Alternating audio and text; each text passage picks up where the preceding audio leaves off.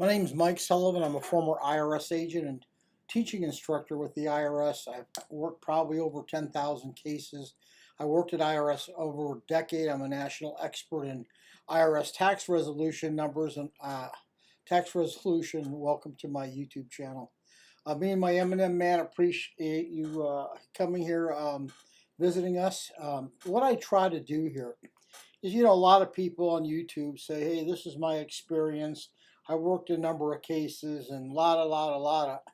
You really need to hear what an IRS agent is thinking, so you hear it from the horse's mouth and you understand what's really going on. And today I want to talk to you about if you are faced with an IRS audit, where you actually have to go in for the audit, or you received a Form 2205. It's really important for you to understand about this. IRS has these people called IRS office auditors, and there's different classifications of audits. You can get a mail or correspondence audit. You can have a face-to-face examination. The ones that you got to go in to talk to somebody are really called office auditors. Their name has changed over the year. They usually are at the local office, and they cover a whole bunch of things when you go in. Some of these people are really picky. Some of these people are really nice. It all depends the type of people really that you have. But if you have one of these audits going on and you got to go into the local audit, they're usually 1 or 2 days of the audits. What's happened, your tax return has been scanned, gone over a series of different algorithms, and you found out for an office audit, I think there's only 1,000 office auditors in the United States now.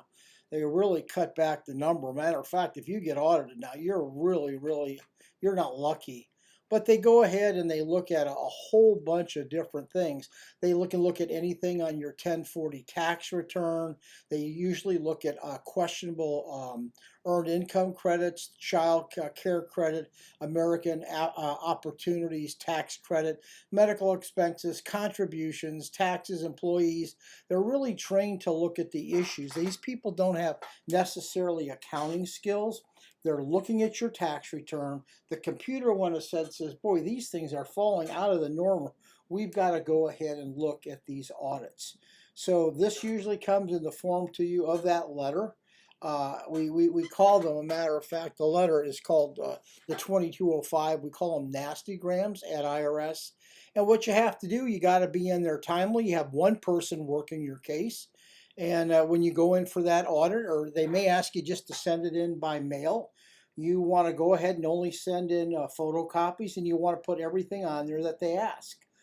Make sure you have details, you send clear copies, and you have got to satisfy that person.